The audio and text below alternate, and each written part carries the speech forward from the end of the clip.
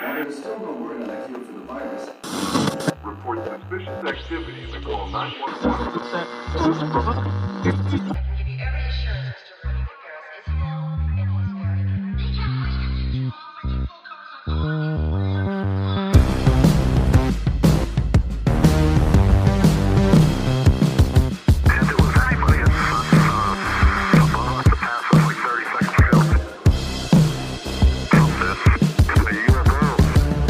Howdy, gang, and welcome back to your favorite podcast, That Would Be Rad, the podcast that majors in 80s and 90s nostalgia, comic culture, all things paranormal, and minors in retro video games, tabletop RPGs, pre-internet mysteries, and raising our kids to be half as cool as we were back in the 80s.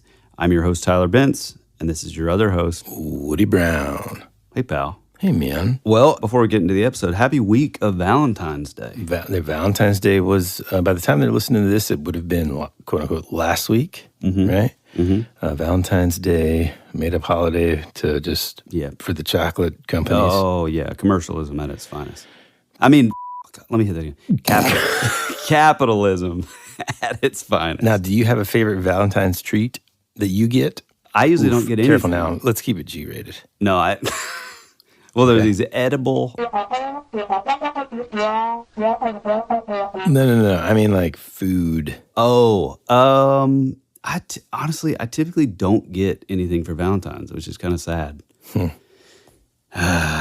my favorite thing is always either Sour Patch Kids or like a gummy candy, and I got some. I think it's like Haribo sour and sweet hearts. It's kind of cool. Oh, yeah. The wait, you say Haribo? Yeah. I say Haribo. Maybe. I don't know. We're probably both wrong. Haribo. Haribo.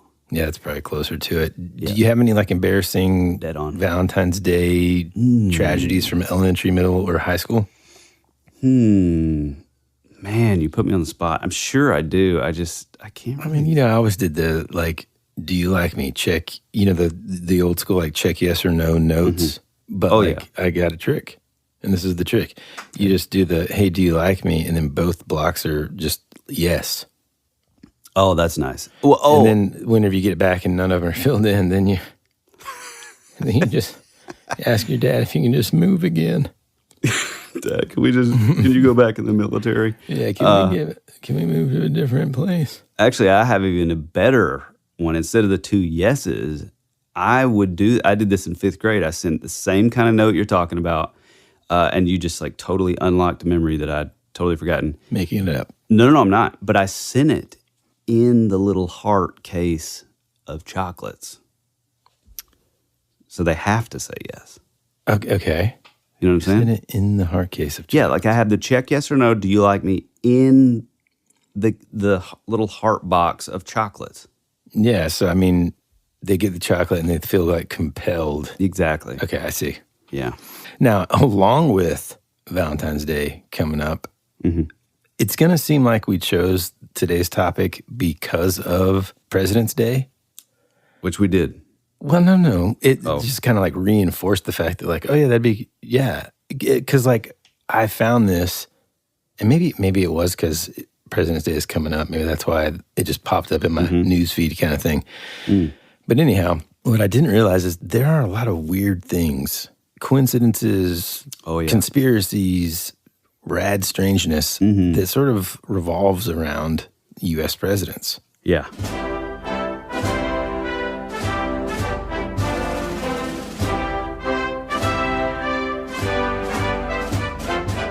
All right, so first, for all of our international listeners, let's just take a quick look at the history of President's Day in general. Okay. So originally, President's Day was established in honor of George Washington's birthday, which falls on February 22nd. I did not know that. Yeah, I know.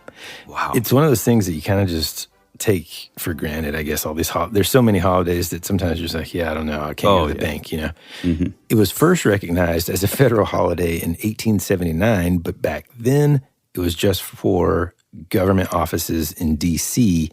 In 1885, it expanded to the entire country. Dude, real quick, I love that we only know these arbitrary holidays by the fact that I can't go to the bank Like a today. bank holiday, yeah. Yeah. Like for me too, it's like professionally, I can't send stuff over to like a mortgage company because closed. Right. So all I'm getting at the end of last week was just like, we're not going to be open Monday. We're not going to be open Monday, you know? Mm-hmm. So anyway, nowadays, President's Day is a mix of historical reflection and also some of the best retail sales of the year, apparently. Getting a lot of those emails. But beyond the discounts, it's a day to sort of acknowledge the legacy of the U.S. presidents that have, you know, shaped the country, flaws and all. And it's, I don't know, another reason to kind of just reflect on, man, got to be the hardest job in the world. I would never want it. You know what I mean? Oh, yeah. Today, we're going to be talking about and diving into one of the strangest, most bizarre tales in American history that I absolutely never knew about. I mean, 100%. Yeah. It's a story that blends historical fact, conspiracy, and old school sideshow spectacle, which is something that modern day Americans, we really don't experience at all. But back in the dang 1800s, early 1900s, I feel like this was happening all the time for a bunch of different reasons. I have some cool facts also. So I'm going to be talking about... Here we go. The Booth mummy. So these are the alleged mummified remains of John Wilkes Booth, the man who assassinated President Abraham Lincoln. Now, officially, John Wilkes Booth was shot and killed at Garrett Farm, just days after he fired that fatal shot at Ford's Theater in April of 1865. Anyway, that's the story we all learned in history class, and if you're a frequent listener of our show, not only did Tyler win the history award, but he also doesn't buy everything he learned in that class. Anyway, he just knew it, and that's good. Totally black pill. Don't believe any of it. Oh, man, when I give him a room, he just goes all in. I love it. Okay, but for over a century, there have been some rumors that swirled that Booth actually escaped, lived under a series of aliases, and eventually died in 1903. This immediately reminds me, before I go any further, of when we talked about the conspiracy of, you know, Adolf Hitler and him potentially Argentina. Living in Argentina and all that. Also, Jim Morrison, this one's for you, Clay, disappearing and just living a full life in France. Yeah, and this season, no joke, we're finally going to do it. We're going to talk about the Jim Morrison stuff. We're going to be talking about some more music, pop culture stuff this season. Anyway, so there are all these rumors that, like, Booth didn't die. He actually escaped and has been sort of just living the second life and eventually dying later. Yeah. The story takes an even wilder turn when you learn that a body of a man believed to be Booth, mummified, and this is what blew my mind, spent decades traveling the country as a sideshow attraction. So you mean his mummified remains? His mummified remains, dude, just traveling around as a sideshow attraction. Here you go. Here's $1. Yeah. Come look at this mummified John Wilkes Booth. In doing some of this research, I ran across and you may have this in your notes already, but there's a museum that you can go to in D.C. It's one of the sort of lesser known, you know, sort of offshoots of like the Smithsonian, and you can see like the actual bullet that was found. You can find pieces of Abe's skull. Oof. And remnants of like some of John Wilkes Booth's skeleton as well. Wow. Yeah, pretty cool.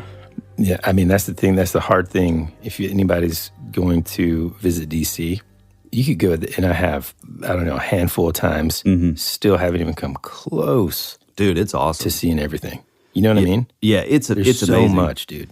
Well, apparently, I think there's like this was like years ago, but somehow like somebody had like broken it down, and it's something like even if you spent your entire, like 8 hours a day, your entire life, you still wouldn't cover all of the museum, like all of the Smithsonian museums in DC. Man. It's something like really crazy. That sounds like one of those statistics that is so sort of intense that like no one's going to look it up anyway. Well, I think they say that because of all the giant bones. They want to dissuade people. Okay. Well, it reminds me of like I went to a buddy's, it was basically like this event for the military, okay? And somebody that was there speaking in the program, it was like his grandfather invented, what's it called? Like the orange juice from concentrate. And I go, uh-oh. That's one of those facts that no one's going to look up but think, oh, cool. Huh, I invented Post-its, Interesting. Like, you didn't though, did you? Okay. Oh, actually, small fact, Michael Nesmith of the Monkees fame, the guitarist, the one that used to wear the toboggan. Yeah. From Texas. Oh, was he from Texas? Yeah. His mom created liquid paper, whiteout. Also, made it up. I did make it up, but that is a crazy little, it's like one of those things that you're like. You know what I mean? Okay, Okay. let's start at the beginning. Our story kicks off in Texas with a man named John St. Helen. In 1878, St. Helen was gravely ill. And thinking that he was on his deathbed, he made a startling confession to his friend and lawyer, Finis L. Bates. St. Helen claimed that he wasn't just some regular guy, but that he was actually John Wilkes Booth. Now, dude, I'm going to stop right there. Imagine I'm on my deathbed and I'm like, Tyler, I got a confession to make, man. I'm Hitler. I'm not going to, that's twice we've mentioned him, and we're going to get pulled. Okay? No. I don't know what. No, I'm saying that's like an odd flex. Yeah, right. That is an odd flex. Yeah. But it seems like, okay, this guy's wanting to get this off of his chest. Right. This is somebody that's living with not only, I'm sure, maybe or maybe not guilt, but also just like looking over his shoulder constantly, thinking that someone's going to get him, Right, yeah. I think that they say, whenever like a criminal gets caught, you can tell that they're guilty because of whether or not they sleep that first night in prison. It's like there's this strange like sort of relief that just subconsciously sort of washes over them that although they're caught, the simple fact of trying to keep from being caught has made them so tense and amped up that they just haven't slept. And it's like finally like it's just their body just relaxes and they go to sleep. I wonder what the psychology is with that related to that idea that like serial killers will like always return to like if they're having like a vigil or a funeral, like they'll like pop up to kind of or criminals return to the crime scene. Yeah, maybe. I think sometimes too they do that to see if they left anything behind, see if they've got any ideas. But that's not what we're talking about today. Anyhow, he tells this guy that he is the Booth, the assassin of President Abraham Lincoln, who had somehow managed to escape justice. But then St. Helen recovered. So he makes this grand confession, thinking that he's about to die. And now he's realizing he's just spilled the beans on what would be the greatest escape story of all time. So he packs his bags, changes his name, and moves to Oklahoma. This is where dude. That sounds pretty like suspicious for sure. Right. He takes on this new identity named David E. George. Wow. Fast forward to 1903, okay? David E. George is found dead in Oklahoma by suicide. Ooh. But the real story starts after his death. See, this is when the rumors about his true identity started to bubble up again. Locals whispered that this house painter was actually Booth, who had lived out his days in secrecy. What makes things even weirder, dude, is his body was embalmed and then, of course, put on public display, kind of like a grim attraction at the local funeral home. Yeah. It's weird, though, because it's like, well, anyway, a few years later, Finis L. Bates, not sure if I said that right, but I'm going to stick to my guns here. The same lawyer who heard St. Helen's confession decades earlier comes back into the picture. He claims the body and then publishes a book in 1907 entitled The Escape and Suicide of John Wilkes Booth. Whoa. In that book, it pretty much kicks the Booth mummy legend into high gear. Bates begins traveling the country, showing off the embalmed remains and insisting that this was the real John Wilkes Booth. Over the years, the mummy passed from owner to owner, each one displaying it like some kind of morbid trophy. But what's crazy is the peak of its popularity actually came in the 1930s when it was owned by Agnes and Joseph Barney Harkin. Wait, you're saying the whole body? Oh yeah, dude. Hold on just a second. So this body was just like sort of passed around? Yeah, hold on. We're going to have pictures of it on the Instagram. Okay. I mean, it's kind of gross, but... Oh, that stuff doesn't faze me. No, honestly, though, working at the hospital, like, nothing grosses me out anymore. I mean, dead bodies are kind of weird. Dude, I used to carry, like, limbs to the lab. What's weird is, like, if you told me that you're John Wilkes Booth, and then, I mean, it's kind of, the guy looks like you, is what I'm trying to say. He does have a little bit of a mustache. Yeah, and, like, weird, like, skin. The eyes look like you, though, for sure. Okay. I like how there's just a brush still in his hair. Well, no. That's because I cropped it. There's somebody actually brushing his hair. You gotta leave that in. Oh, Lord, dude.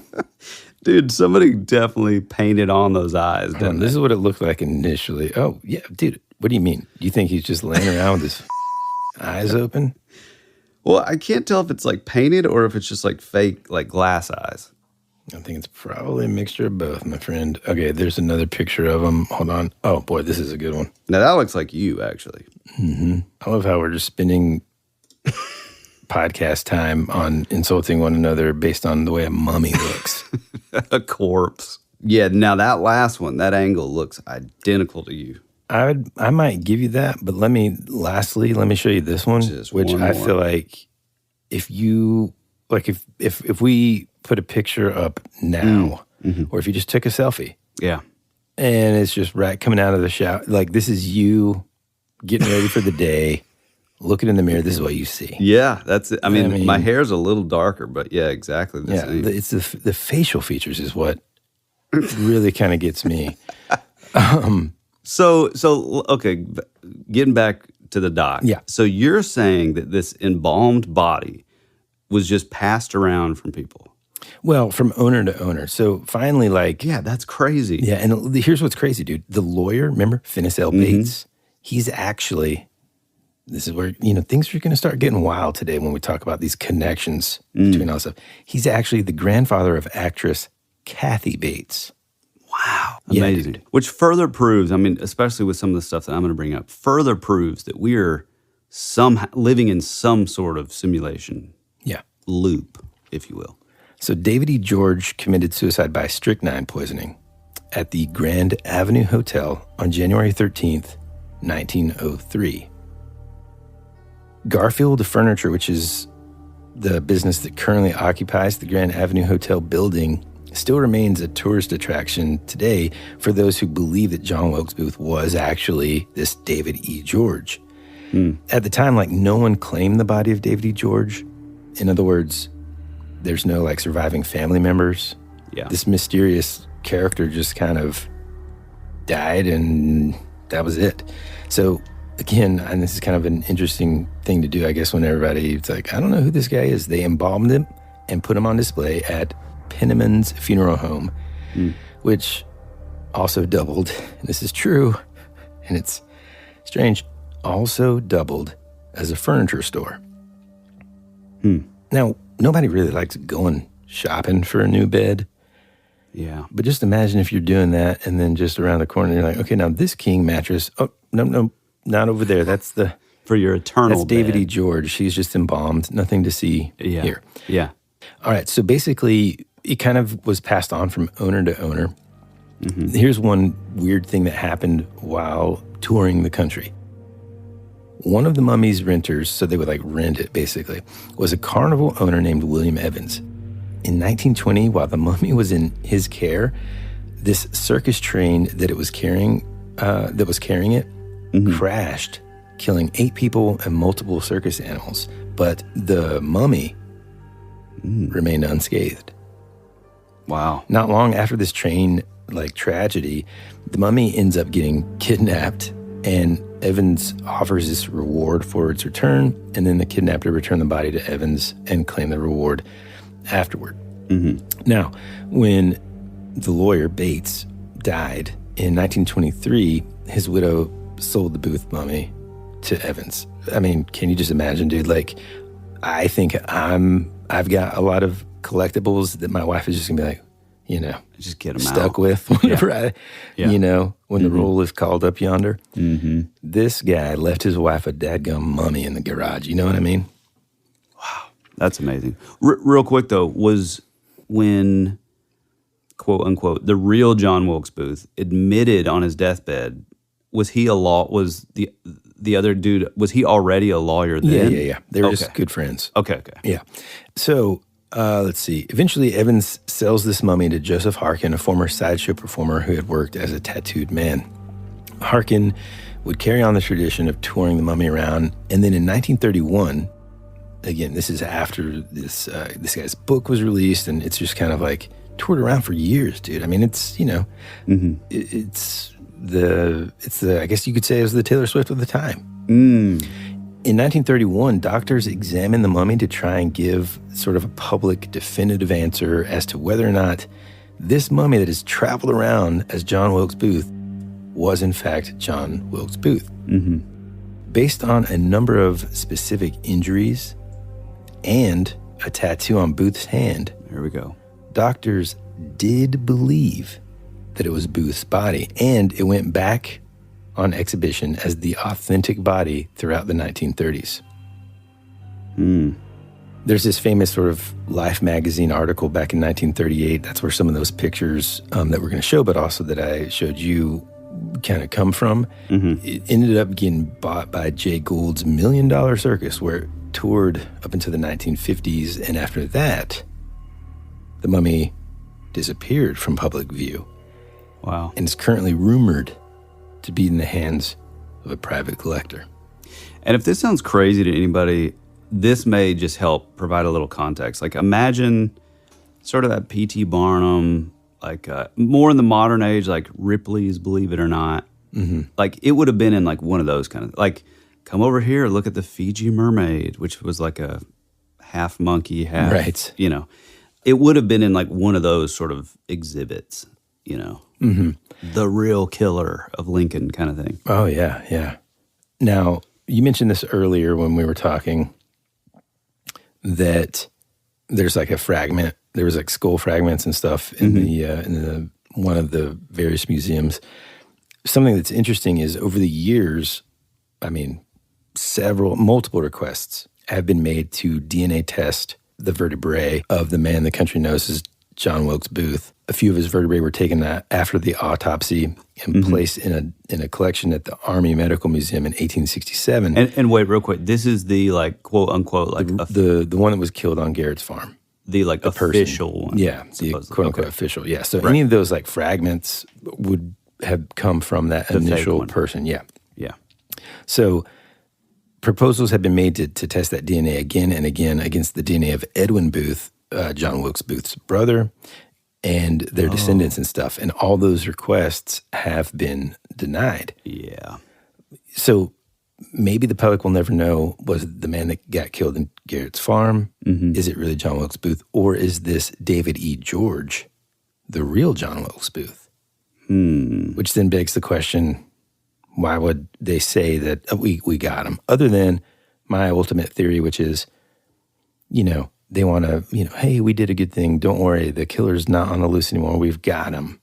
Yeah. Meanwhile, this other person's escaped. Now, what's interesting is just this last week, before recording this episode, something crazy popped up in the news that's not related to presidents, but related to this directly. Specifically, these people denying this, future DNA test and all that. News story, I think it was Valentine's Day whenever I learned this, okay? They have confirmed the identity of Jack the Ripper. Do you see this? I saw a headline, but I didn't. Okay, here's how, because I read about it. And again, who knows, right? I mean, just imagine being like these descendants and like, great, man. My great-great-great-grandfather was freaking Jack the Ripper. Yeah.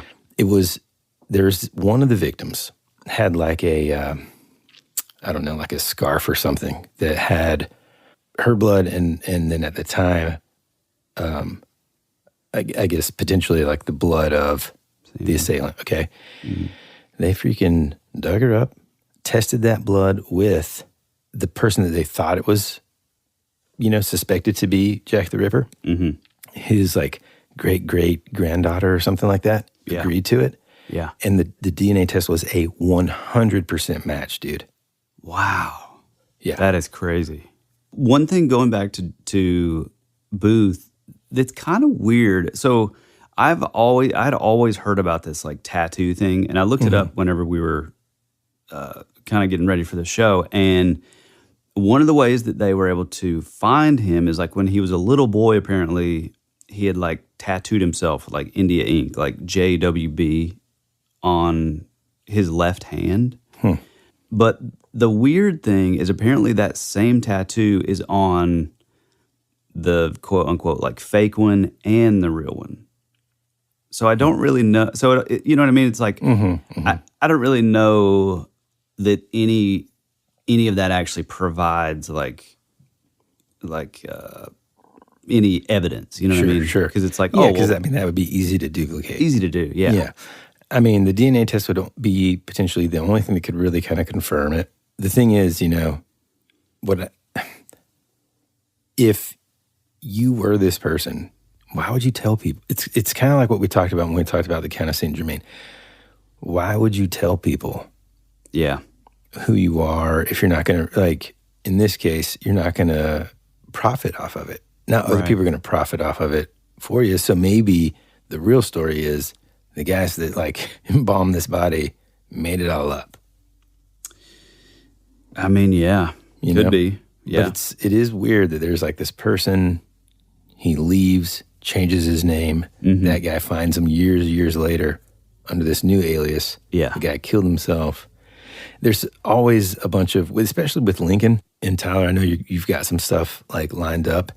Some of the weirdest coincidences sort of surround Lincoln and even Booth. So anyways, I was just fascinated by the fact that for, more than 40 years, this body, mummified, basically traveled around our country parading as if it was John Wilkes Booth. If it was, that's also equally interesting and kind of strange. I mean, like, I don't know, maybe it's a different time. I'm not going to pay money to go see a mummified version of some assassination guy.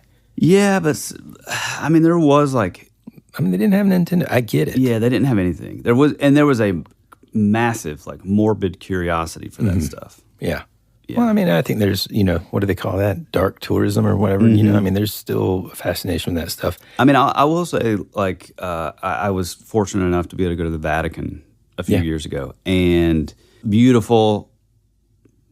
There's things that I'm, will give a little pushback on regarding popes and all that stuff. But I will say it's absolutely beautiful. But it's also pretty weird when you can look in, like the guy in the glass or whatever. Yeah, and what are they? What is that called? Like they say that they're. Well, this guy specifically is different. So he's a saint. Yeah, they're saints. Yeah. After he died, his body didn't decompose. Right. Well, there's a few there though. Like there's like a woman I think that is in there, but there's like some word for it where they're like. Yeah, I forget what it's called. It's basically like proof that they were an actual saint by their body not decomposing. But it's still just, it is bizarre. It is strange. I've been there as well, and it's kind of like, it's kind of, I don't know. Yeah. I'm not into I don't even like open caskets, so. Yeah. Oh, I hate open caskets.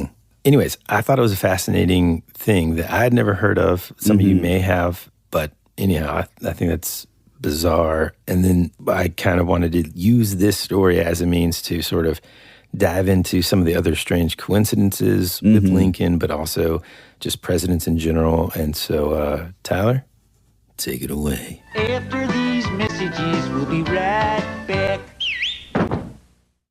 Every idea starts with a problem. Warby Parker's was simple. Glasses are too expensive, so they set out to change that. By designing glasses in-house and selling directly to customers, they're able to offer prescription eyewear that's expertly crafted and unexpectedly affordable. Warby Parker glasses are made from premium materials like impact-resistant polycarbonate and custom acetate, and they start at just $95, including prescription lenses. Get glasses made from the good stuff. Stop by a Warby Parker store near you. When the game tips off, the NBA action is just beginning on FanDuel, America's #1 sportsbook. Because FanDuel is your home for NBA live betting. However you want to play, now is the perfect time to join. Make every moment more with FanDuel, official sports betting partner of the NBA. 21 plus and present in Virginia. First online, real money wager only. $5 first deposit required. Bonus issued is non-withdrawable bonus bets which expire 7 days after receipt. Restrictions apply. See terms at sportsbook.fanduel.com. Gambling problem? Call 1-800-GAMBLER.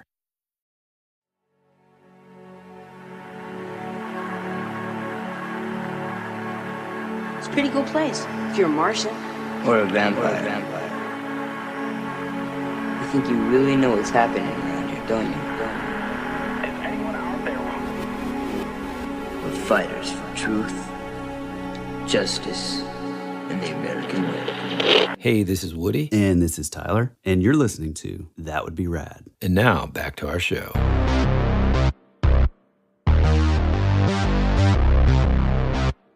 All right. So this is something that I remember, this little framed, print, if you would, that my grandmother had at her house. And I remember this probably as far back as I can remember. And I used to think it was the most fascinating thing.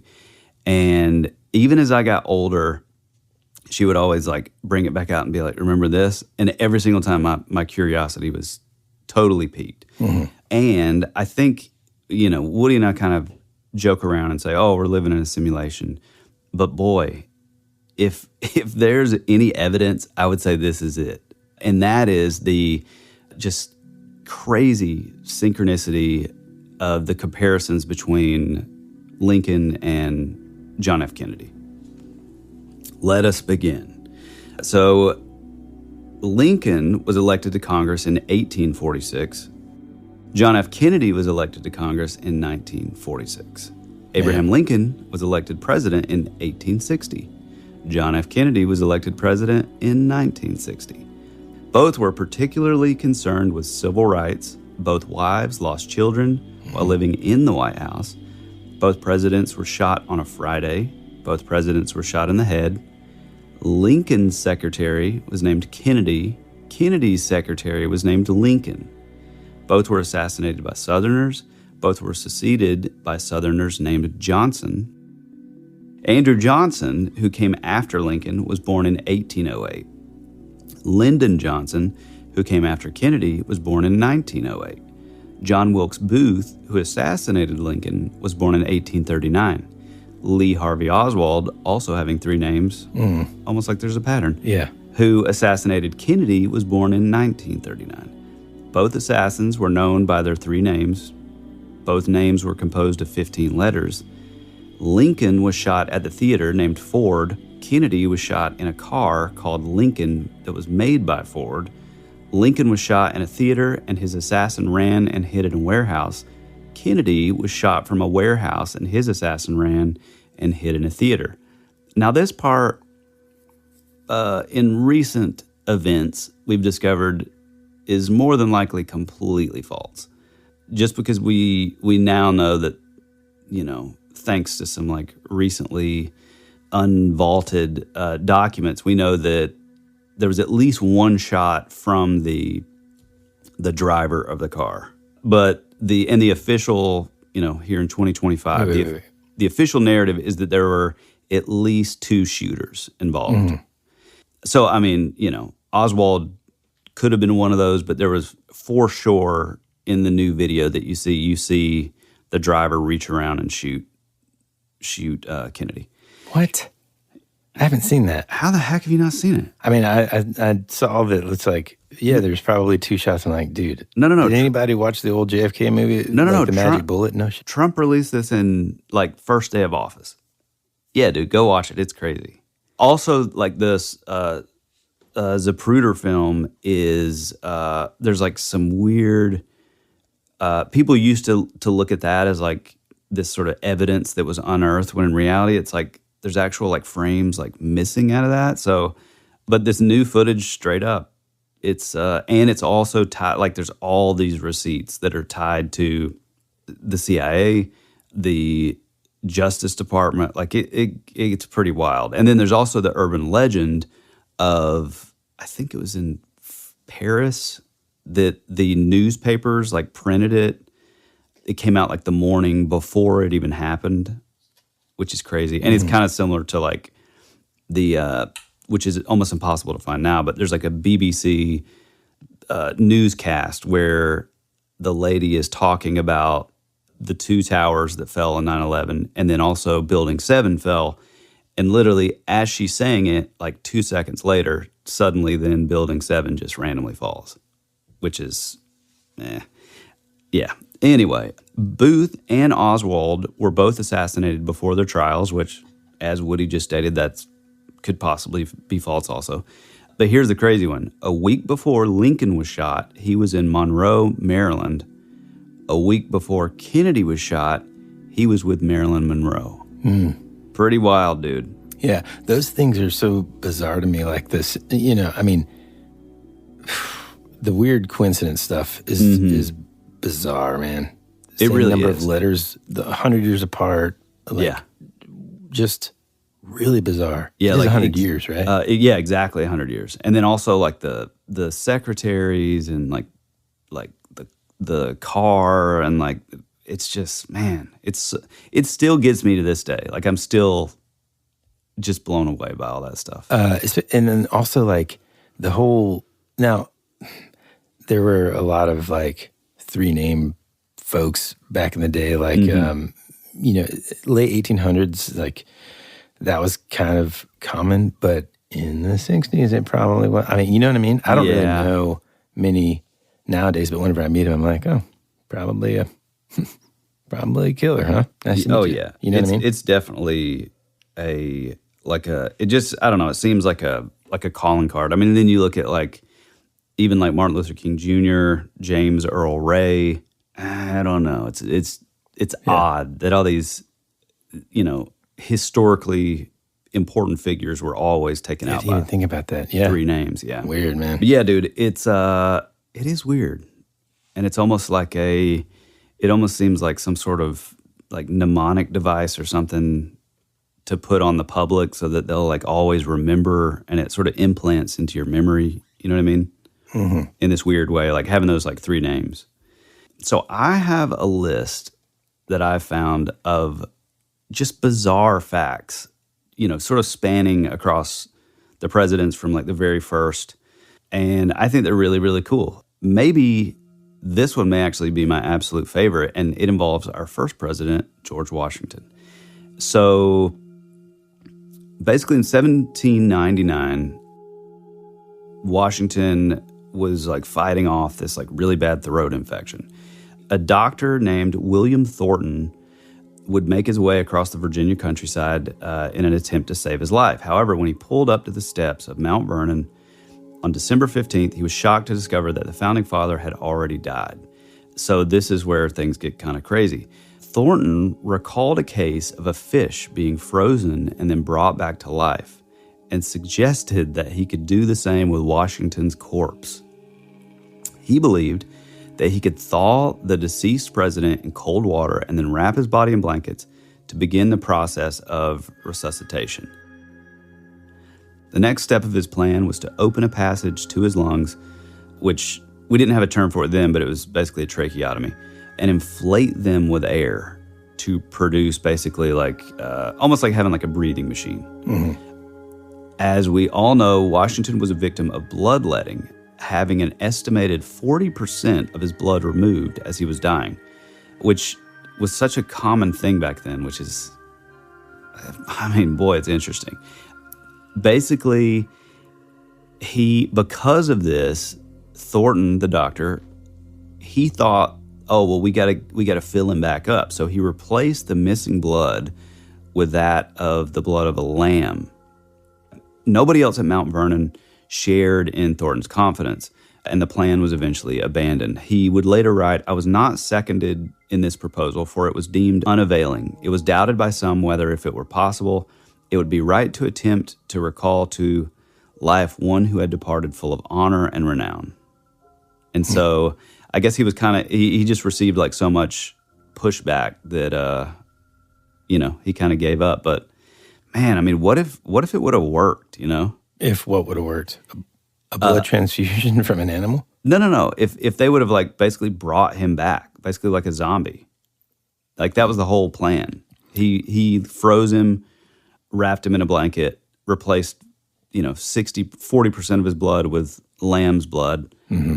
And then he was like, or somebody was like blowing into the tracheotomy hole to like stimulate like breathing. Mm-hmm. I don't know. That's such a bizarre one. Any of those like, remember like a long time ago, I feel like in the 90s, it was like a huge thing. Like you're talking about, we're going to say his name again, Hitler's Head on Ice. And Disney. All the things back in the 90s, all these people like sort of frozen. Disney was the big one back in the day. Yeah. There's that. Mm-hmm. I think that's still a thing. Oh, yeah. Well, Michael Jackson, I think there was a rumor like when he died that he was going to be, put on ice or whatever. Well, the crazy thing too is then there's also this other conspiracy theory, which I'm not saying I believe it regarding this particular case, but there is a theory that like, with like the CIA and Operation Mockingbird, like tied into media and entertainment and stuff, there's this idea that basically certain projects or movies or, entertainment will have like the same names of these things that they don't really want people to look into. So then it becomes sort of completely covered up on social media. So if you use that name recognition, it's only going to pull up, whatever the movie is or whatever. So a lot of conspiracy theorists are like, oh, well, that's why like if you type in like Walt Disney Frozen, it's only going to pull up the movie Frozen and stuff like that. And I do think that I don't really know with that particular case because,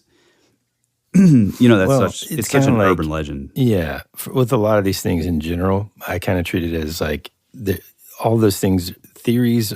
That's why I like the word theory anyway. Mm-hmm. Theory is something that you got to kind of prove. And it's fun to like, oh, yeah. I like theories, because it just makes your mind think, you know what I mean? Oh, yeah. Yeah. I do wonder where the Walt Disney being frozen, like cryogenically frozen. Yeah, no, because like I feel like maybe some of like our 80s and 90s kids out there listening can help us out here, but I feel like that was one of those things you just be sitting around middle school and be like, dude, did you know this, man? Like, so in other words, like it came from the generations before us. Do you know what I mean? Oh, yeah. And then conversation typically would then lead into Marilyn Manson's rib shortly after. Oh, God. It honestly though, it was like of the same like level. Mm-hmm. We will return after these messages. America's future can be determined by our dreams and our visions. It was very intense, bright light. For over 200 years, there have been reports of giant man-like creatures from another dimension, another world. I don't know. The most intriguing mystery on the North American continent. This is Joshua Cutchin, and you're at my home for weirdness. That would be rad.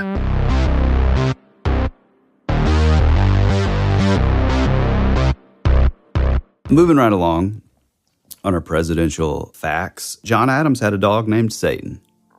Okay. So he's got that going for him. That was pretty cool. One thing, this is kind of interesting, and this is just kind of a side note, this isn't on the list, but one thing that's interesting is a lot of people claim that John Wilkes Booth was tied to Freemasonry. So one of the things is like, the Freemasons, technically it is a secret society, and I'm just prefacing, some of the greatest men that I've ever known in my life have been Freemasons or are Freemasons currently. But I do think there's a difference in like somebody just, doing like fundraisers at a local lodge compared to like your high up, your honorary 33 degree, Masons. I feel like there's a big difference. I mean, you look into this guy by the name of Albert Pike, who kind of wrote the Mason guidebook, which features a lot of the stuff that we look at now as like Illuminati stuff, covering up your eye, putting a finger in front of your lips, like not to speak, crossing your arms in a certain way. It comes from a book called Morals and Dogma by Albert Pike. And I don't know. I'm still so torn on like how I view like Freemasonry, but anyway, a lot of people have said through the years that they believe, because a lot of these like, presidential assassins at least have like some sort of ties to like high up Freemasonry. Even if it's like, a lot of people say, no, he never was, or he was. Like there's a lot of back and forth. But I did find this interesting. Apparently, George Washington was a Mason. Benjamin Franklin was a Mason. There's a lot of Masons in the president. I think 15 Masons out of all the presidents. And then as of recently, Joe Biden was made an honorary Mason, which, whatever. But all that to say, I do think that it's interesting that Lincoln put in to become a member of a local lodge to be a Mason. But then he retracted his request. And I just find that interesting. Like I don't know if it has anything to do with, really anything. I mean, I'm sure like political motivations are, far outweigh any sort of like, it was like a secret society kind of thing. Yeah. But I do think it's interesting that he like withdrew it. And they say that he kind of did it publicly, and he did it in a way of like, it could reflect negatively on me running for president. And so, I don't know, I just think that's kind of an interesting little bit of history. I mean, I was just going to say my sort of view on Freemasons, but I mean, especially when it comes to Lincoln, like what's more likely, the Freemasons got him, or just like a racist Confederate? Yeah, that's what I'm saying. There's a lot of stuff going on at that time. Yeah. Although, I mean, it does seem a little, I don't know if more feasible is the term I'd use, but it does kind of lend itself that maybe there was more things happening behind the scenes, after like listening to your story with like the fake. It expands the reach. Right. You know what I mean? Because like it's one of those things, even like, I was in a fraternity in college. It was founded in the late 1800s or mid 1800s. And what I was going to say is, it was before the Civil War and stuff. And when we were learning our fraternity history or whatever, we'd, see the stories of like the founders of this fraternity being sort of against each other in the Civil War. And so, because they all met in college in Ohio, but some of them came from the South. And so when the war kicked off, some of them were Southern soldiers and some of them were Northern soldiers. Right. But even though they're on separate sides, they weren't doing anything sort of, traitorous or whatever. Right. Is that a right word? Treasonous. Yeah, they weren't committing treason, but they weren't also like betraying whatever their side was, Right. But they would have it sort of. They could kind of see beyond sort of the war efforts and sort of still be sort of brothers in the fraternity. And so in that same light, I think it is feasible to think that even though there's a war going on, Civil War at that time, Lincoln as president, all this, the Freemasons or whatever secret society or organization that existed, you'd still be able to like communicate within those channels. Yeah. You know what I mean? To kind of move some levers and do some stuff, I think. Yeah. That's certainly feasible for sure. Yeah, and that stuff's really interesting because like like I said, there's a good, 15 plus that we know of presidents that were Freemasons. But then there's other ties and there's like crossover too, where like there's, we have like the Skull and Bones, like famously like the Bushes and John Kerry and I think was it William Taft? I think so. But that was like a Yale kind of fraternity. But then once you look into that, it also has sort of crossover with Freemasonry. It's like some of the Skull and Bones members would then go on to be like, and again, I'm not talking like your local lodge Freemasons. I'm talking like your honorary 33rd degree plus sort of real high up Freemasons. And there's a bunch of like crossover, and then you get into like other secret societies called like the Odd Fellows. The Sonora Aero Club. The Sonora Aero Club. Yeah. All right, moving right along. Ulysses S. Grant hated eating meat, apparently. He had a huge aversion to any sort of blood, and so he would only eat it if it was like absolutely charred, like just totally black. He was always a sparse eater, which is kind of weird because when you think of him, I don't know if you've seen a picture. Kind of a hefty guy is what I remember. He looks kind of hefty. But that was his later age, and he was kind of fit when he was a soldier, and we all kind of, hey, packed on a couple pounds, Oh, same here, bro, same here. He was 5'8", but in the Civil War, because of his aversion for eating meat almost 100% of the time, he dropped down to 135 pounds. See, that makes more sense to me, because if you, like, when I think, it's so funny, I'm just thinking of him, and it's like he's got one of those faces that you just remember. I don't know if that's because you learn a lot about that time period or what. Yeah. I did because of the history of war. Well, there you go. Yeah. But I remember him in like Civil War version, which is like super skinny, and then sort of president version, which is just kind of like a little portly. Yeah. Just wider a little bit. Yeah, so he absolutely hated the killing of animals and refused to eat meat unless it was charred. He also, it wasn't just red meat, he also refused to eat any sort of bird. And all he would eat, he would just live off of pork and beans, buckwheat pancakes, and fruit. So, won't eat birds, won't eat cows, but throw a hot dog in a pot of beans and he's all right? Yeah. Yeah, I'm not sure how that works. On the flip side of this, we have William Taft, and he was obsessed with eating possum. Are you serious? I'm dead serious.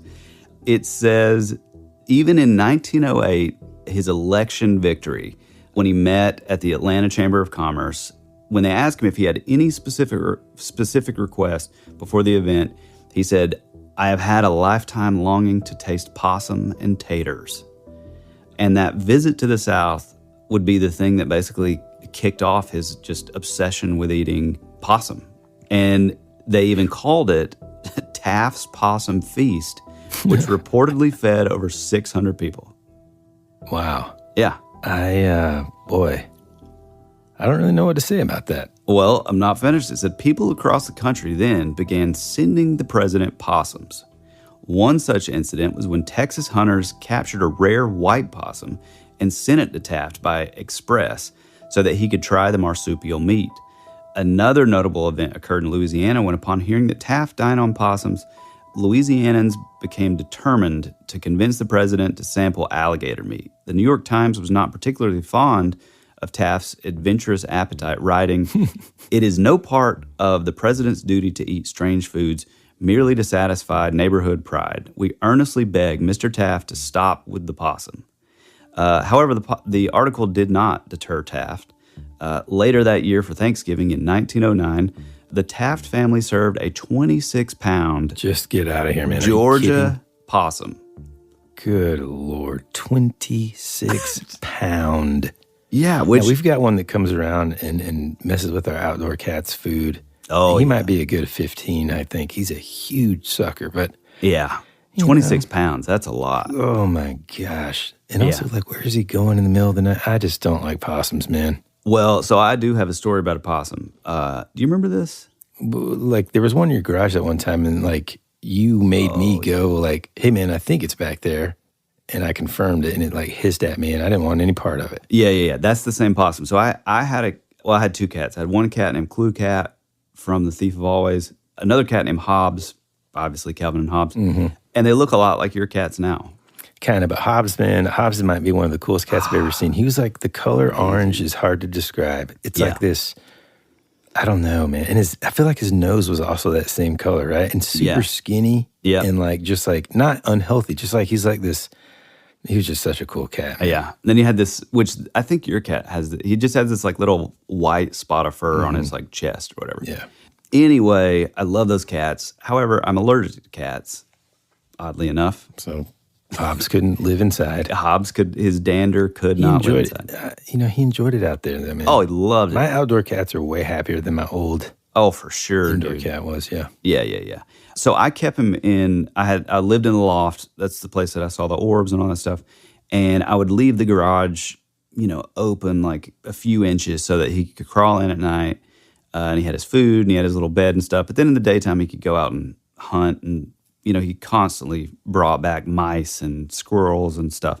Anyway, I kept hearing this weird noise. And it was just, I would be up in the loft and I would just hear like banging around and stuff. And I would go downstairs and, I would see like a possum tail like run out from the garage. And it just would infuriate me because I know they're pretty mean typically, especially to like cats, like smaller animals. And he just kept doing this for like a month. And that's probably where I was like, yeah, man, go back and check that out.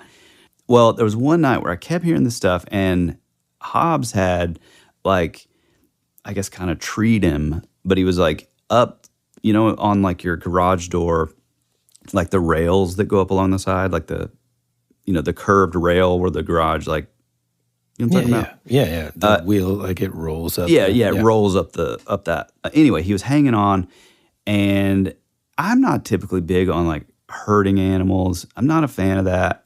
It's just not something that I do. I mean, but he was hanging on this thing, and he was pretty big, like probably as big as the one that you're talking about. I don't think he was 26 pounds, but he was big. And I'm like, all right, buddy, come on. And I have like a stick that I would use basically if anybody came in, obviously that I was just ready to attack. So I had this stick, Donatello style. And I go to like kind of like nudge him to, in hopes that he's going to just kind of fall off and then run out. You know what I mean? Mm-hmm. And I'm just like trying to get him off. I'm trying to like, not even like hitting him. I'm just trying to like sort of like push his like hands away so maybe he'll just drop and then leave. That thing hissed at me in such a like just visceral way that in that instant, it infuriated me so much that I just unleashing on it, huh? Just unleashed. I mean, I swung at that thing like I was in the World Series. Man. And it literally shot like 15 feet into my driveway. Oh, man. And it never came back. Well.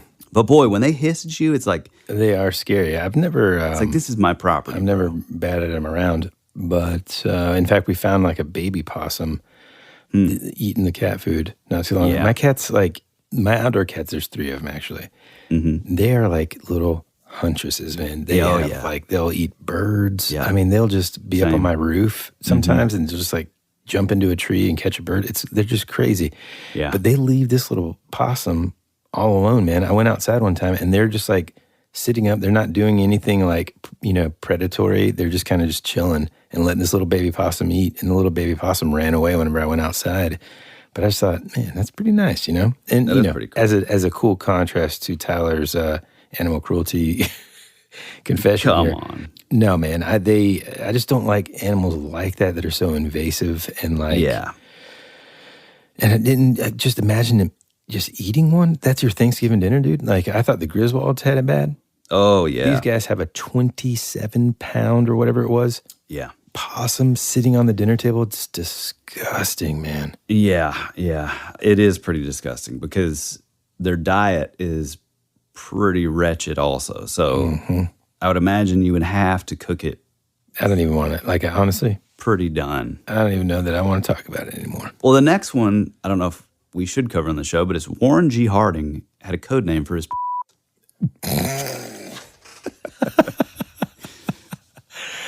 I was not expecting that. Should I continue? Or? Well, I mean, you kind of have to at this point. Okay. I'll bleep out the body part name, but I got to know what the code name is. Okay.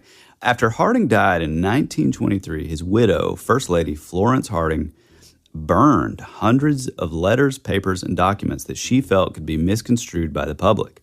However, Some correspondence between Harding and Carrie Fulton Phillips, the woman he had a long-term affair with, survived and was rediscovered in the 60s. In 1964, the Harding family sued to keep the letters private, stipulating that they remain sealed for 50 years. When the letters were revealed to the public in 2014, so I mean this is like pretty recent, it was discovered that he devised a series of code names to use when writing to Phillips in case others ever found their letters. The letters revealed that Harding referred to his as Jerry and Phillips's as Miss Powderson. Boy. So like the code names he would use was in correspondence to this woman, yeah, who had a... Yeah. I got it. Here is one mention of Jerry. Oh, boy. He says, I wish I could take you to Mount Jerry. Wonderful spot. Not in the geographies, but a heavenly place. And I have seen some passing views there and reveled in them. Gee, how I wish you might be along. You could be such a dandy companion. It would be adorable to have you. I'm sure I would be sweetly content. You make me so. Bring Miss Powderson. Oh, boy. Like, can you imagine? You know, that's weird. Yeah. It's like just Jerry, just hanging out. Yeah. Gives a whole nother look to the political term gerrymandering. Oh, man, that was pretty good. We'll return after these messages.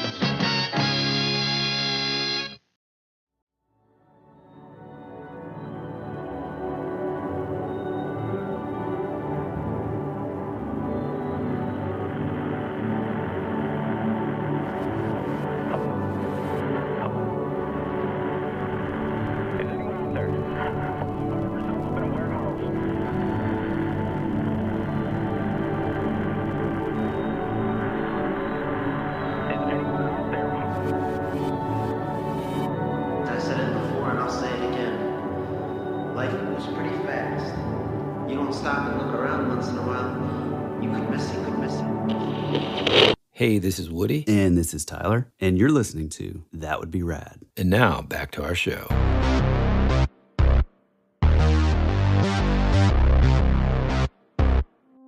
FDR hated the number 13. Okay. The 32nd president was very, very superstitious. And he suffered from triskaidekaphobia, the fear of the number 13. Wow. I think we might have mentioned it when we did the Friday the 13th episode we probably years ago. Did. Yeah. Which, do you remember what the Friday the 13th is? I do. But I'm going to let you explain because, man, sometimes Tyler just needs a W on the board. A W, yeah. Know? Well, I don't have off the top of my head, but I do know that particular Friday that sort of, cemented Friday the 13th into history was the day that the Vatican basically killed off all of the Knights Templar. That's right. It was like a massacre, right? Big massacre, yeah. So he hated this number so much so that he would refuse to travel on the 13th day of any month. Mathematics scientist Thomas J. Fernsler revealed that FDR might have been our most superstitious president. If he was going to travel on the 13th, often he would make the conductor leave at 11:50 on the 12th, or wait until the early hours of the 14th. Wow. I mean, that's like pretty intense. Yeah, as you're saying this, it's like, I can't think of anything that I am that sort of, I don't know. Are you afraid of anything at that level? No, but our old bass player, Boo Boo. Yeah, but let's not. Definitely has to open a door handle 7 times. Just stop, dude. I'm like, hey, man, we're kind of in a hurry. 17, 18, 19, 20. I'm like, come on, dude. No, I can't really think of anything that I sort of like position my life around.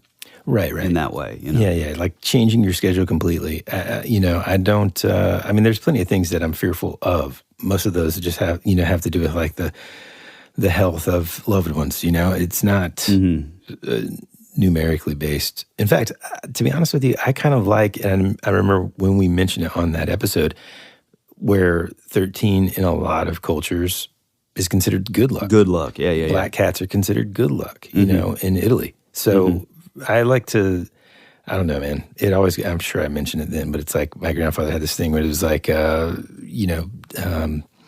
no such thing as luck. You have to make your own fate, basically. Right. And so if that's true, then there's no such thing as bad luck. So stop using that as an excuse. Yeah, right. And just make it happen. Yeah. Know? I mean, I kind of believe that, but I do like keeping certain like little superstitions alive. Yeah. I agree. I say that. And then it's like, well, every night before a show, like, I like the feeling of the ritual. Good luck ritual type stuff. Yeah, same. But then you can kind of get trapped by that. Mm-hmm. Like the 4-leaf clover that you gave me that I've worn around my neck for 20 years. Yep. One time I dropped off, couldn't find it. And I thought, I'm just going to stay right here. I'm not going anywhere today. This is not good. This is my last day on earth. You know what I mean? You get imprisoned by it. Yep, same. I have the St. Gregory necklace that he's passed now, but a friend of mine's dad gave me years ago as a honorary Catholic because he was the saint of music and melody, and it never comes off. Yep, I had the St. Christopher that we had, that my mom gave me. Yep. We keep it in the van on the mirror. Yep. I'm trying, like, when you're talking about all these things, most of them so far have been, pretty early on, like late 1800s to early 1900s presidencies, into I guess maybe the 20s or so. Because I had to look up, like, when was Taft president to see and just imagine in my head these like packages arriving. Oh, right. They weren't they weren't being shipped in a one of those air-conditioned, climate-controlled trucks. Well, it said that they would dry ice. They would send them by express. So is that Pony Express? No, I mean, probably, in all honesty, there was probably an ice chest on a train. Just, heading up there. But still, dude, imagine sending our U.S. president, in the next, now versus, next 10 years. Yeah. All the different presidents, just sending them a possum from Georgia. Also, man, what an easy sort of access they had back then to send whatever they wanted. Right. Here you go. Yeah. Well, I love the fact that, we're talking about traveling mummies. We're talking about all these conspiracies, assassination stuff, the oddities that exist. And the thing that is just, blowing my mind the most so far is that this guy liked to eat possum. Possum, yeah. That's criminal. That kid is back on the escalator again. Leave it alone. What? Well, back to FDR and his aversion to 13. He would never have, he refused to host any dinner parties if there were 13 guests. And if there were, he would always ask his secretary to join to make it an even 14. Okay. Yeah. Here's the even stranger twist. Okay. Roosevelt would pass away on April 12th. And the following day, guess what that was? It would have been Friday April the 13th. Okay. Friday the 13th, even more rare. Man. Yeah, I think that's really cool. That is really cool. Another fact, a president, which this is a pretty common thing, Truman totally believed that the White House was haunted, which you actually hear this from quite a few. But in a 1946 letter to his wife, the 33rd president wrote, "This damn place is haunted, sure as shooting. You and Margie," which was Truman's daughter, "had better come back and protect me before some of these ghosts carry me off." Meanwhile, it's that one president just been wagging his Jerry around. just helicoptering Jerry. It had long been rumored that notorious grudge holder and former president Andrew Jackson's ghost haunted 1600 Pennsylvania Avenue. In the 1860s, First Lady Mary Todd Lincoln, a strong proponent of seances, told friends that she had heard Jackson stomping and swearing throughout the presidential estate. Jackson's former room, the Rose Room, is believed to be one of the most haunted rooms in the White House, which I've actually heard this too, and I've actually been in the Oval Office. Now, if I had to pick a presidential ghost that was going to scare me the most, I got to say, Andrew Jackson isn't really on the list of handsome dudes, He did have that, big just sort of Mozart He just hair. looks like a mean old man, dude. Yeah. Jackson's ghost made an appearance 8 decades later in another letter that Truman wrote to his wife.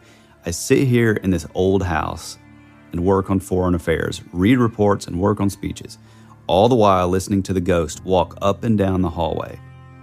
And even right in here, in this study, the floors pop and the drapes move back and forth. I can just imagine old Andy Jackson and Teddy Roosevelt having an argument over Franklin Roosevelt, or James Buchanan and Franklin Pierce deciding which was the more useless to the country. And when Millard Fillmore and Chester Arthur join in for Place and Show the Den is almost unbearable, but I still get some work done. However, the creaks and pops were later investigated, and a much less paranormal source was discovered. It turned out the White House was in imminent danger of collapse and needed major renovations. The White House was reconstructed in 1949 and became known as the Truman Reconstruction, which is pretty fascinating that, like... So basically the things that Mary Todd Lincoln might have been hearing was just the building falling apart? Yeah, and it was due to him thinking there were ghosts that, like, this place is about to collapse, which is kind of crazy. Yeah, now I will say I found a picture of Andy Jackson. Oh, he's scary, dude. Well, I mean...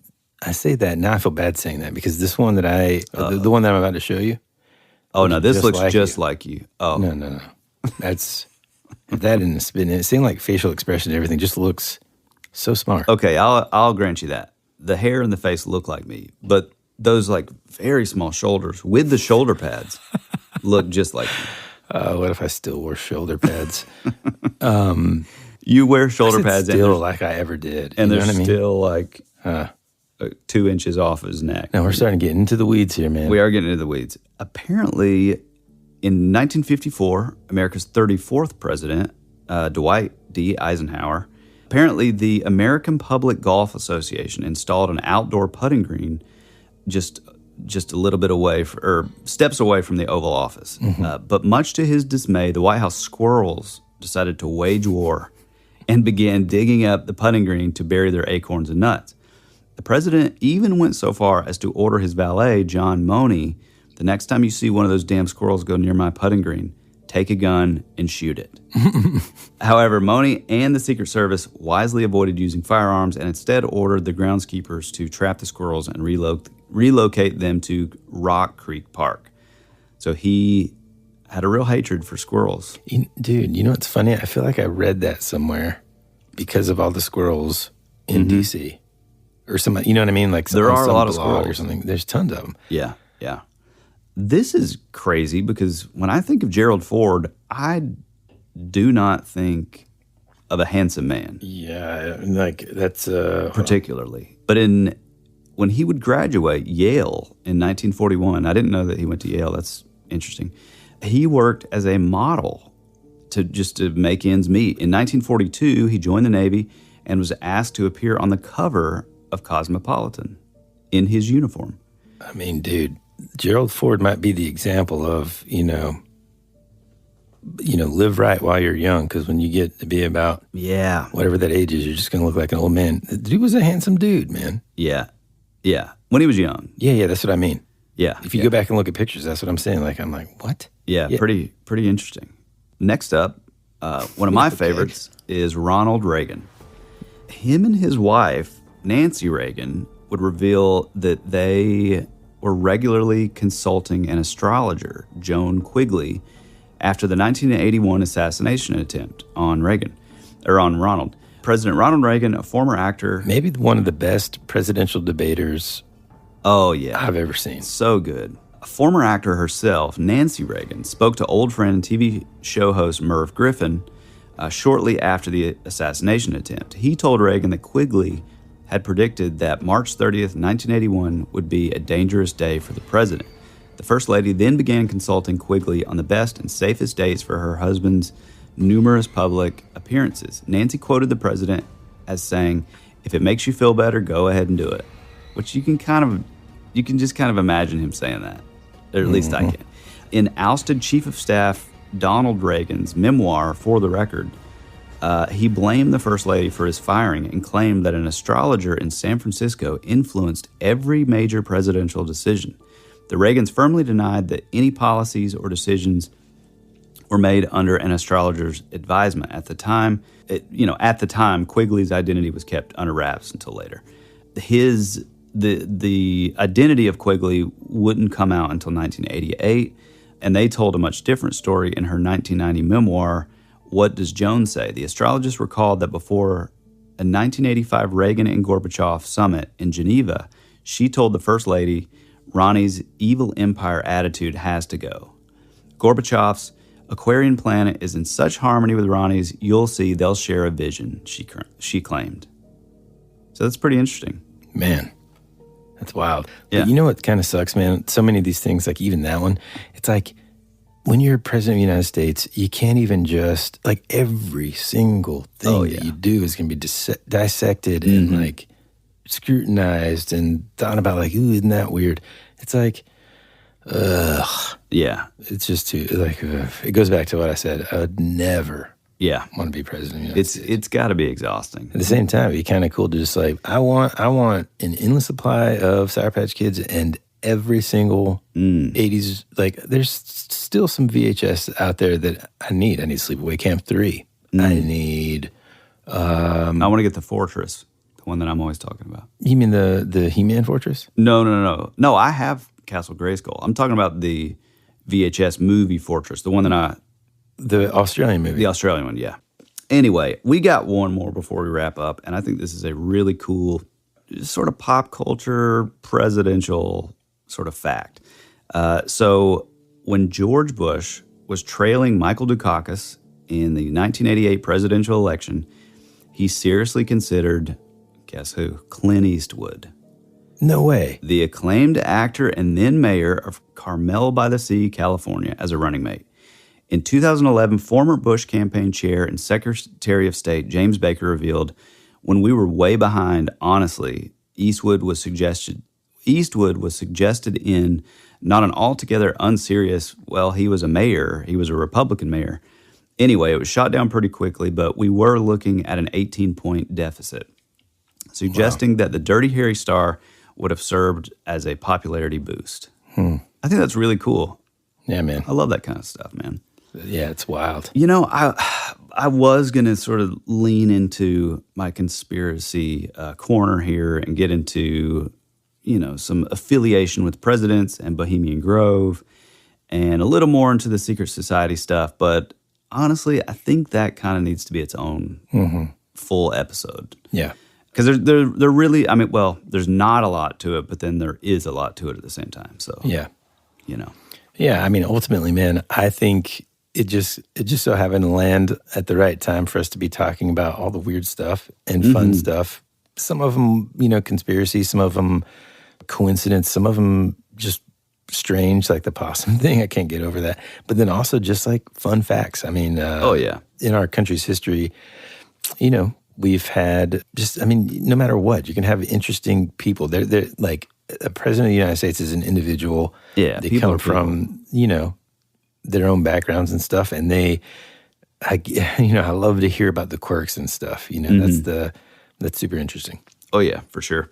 And also one of the other things too is like Woody and I had also mentioned the, you know, some of the urban legends with possible UFO stuff with presidents and like possible even, you know, extraterrestrial meetings with presidents. But that's also another episode. I think we actually did vaguely talk about the Eisenhower meeting. Well, I'll have to look into that because I know we've talked about it, but yeah, I can't remember how much was in an episode. But anyway, we hope that you have a wonderful President's Day for our domestic listeners. And we hope you've enjoyed our episode for all of our listeners. If you would like to reach out to us, you can do so over on Instagram. Drop us a comment, join the discussion. If you have your own story, your own urban legend, your own local paranormal, you know, whatever, drop us a DM. If it's more long form, shoot it to thatwouldberadpod@gmail.com. An even better thing to do is if you're brave and you would like to hear your own voice in an upcoming episode, you can do that over with our voice memo feature at thatwouldberadpodcast.com.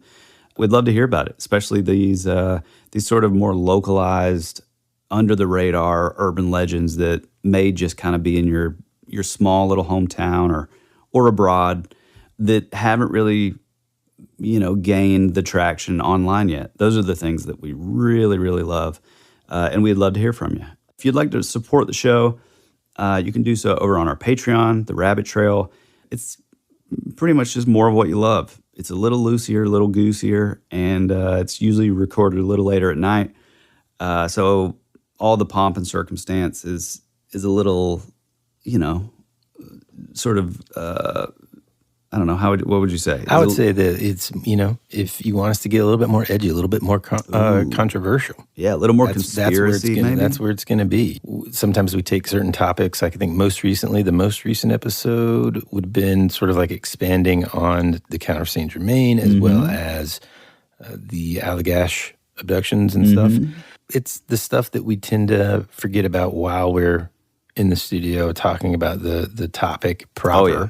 And then, later we're like, oh man, I completely forgot to talk about this. Or, hey, I saved this specifically to dive deeper into. So, it's a lot of fun. This last one too, if you were interested in the Count of St. Germain, we sort of continued on with Jacques St. Germain and then the vampire Carter brothers of New Orleans back in the 30s, which, they all really share some similar qualities. So if you like that and you want to support the show, head on over. It means the world to us, and it really, keeps the lights on. Tell a single friend about the show. Leave a 5-star review. It helps sort of trick that algorithm into us getting more and more listeners like you. And we really appreciate all of your support in all the different ways that you can. You got anything else, Woody? I think that's it, man. Right on. Well, happy President's Day. We love you. We appreciate you. And as always, be rad. That's the way it goes.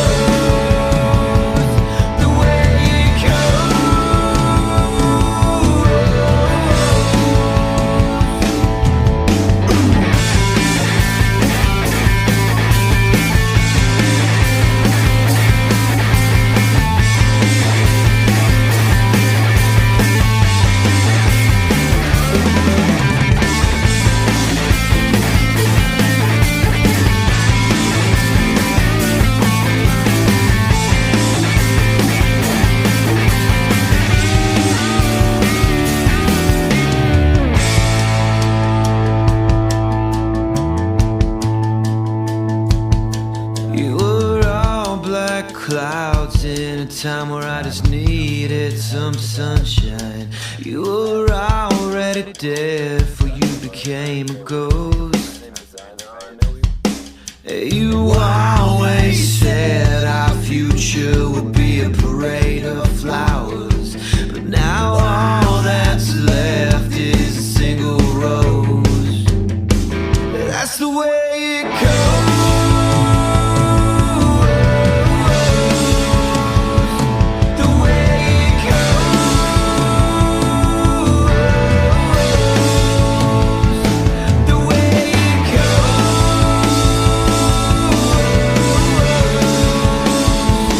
The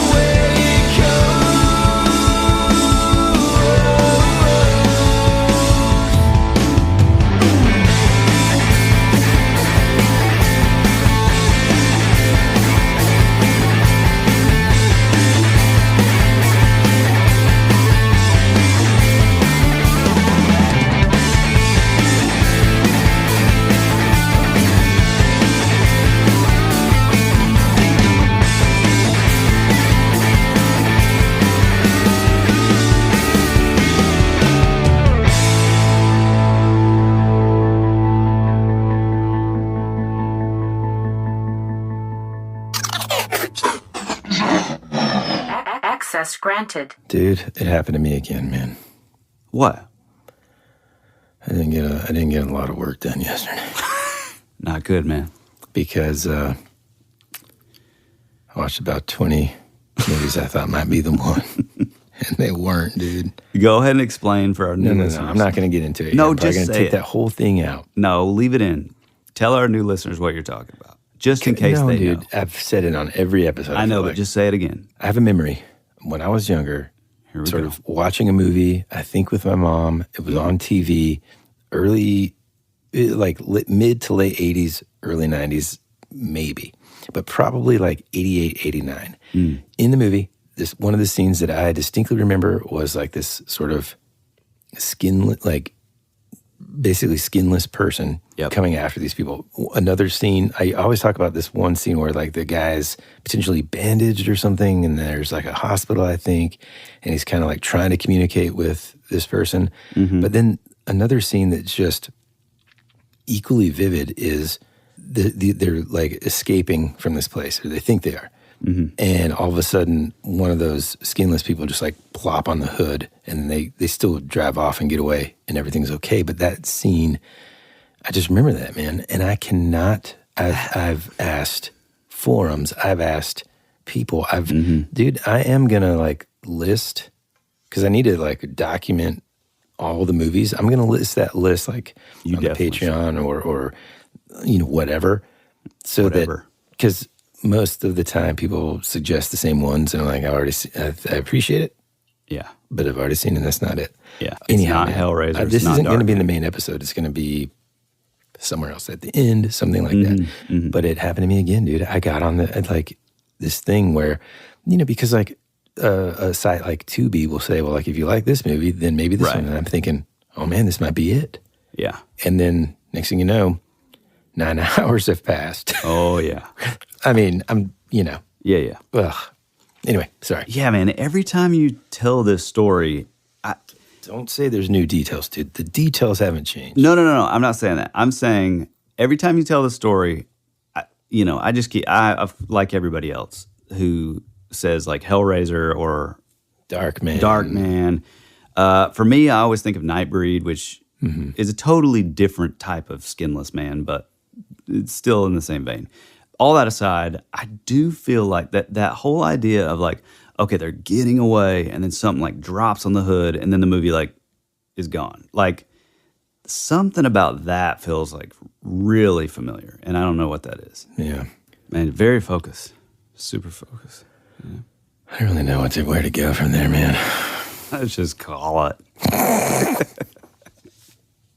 By the way, folks, anytime you hear us make the joke, let's just call it, that's referring to off the air when we're having issues, family stuff, life stuff, kid stuff, computer issues, and we're just like, let's just call it.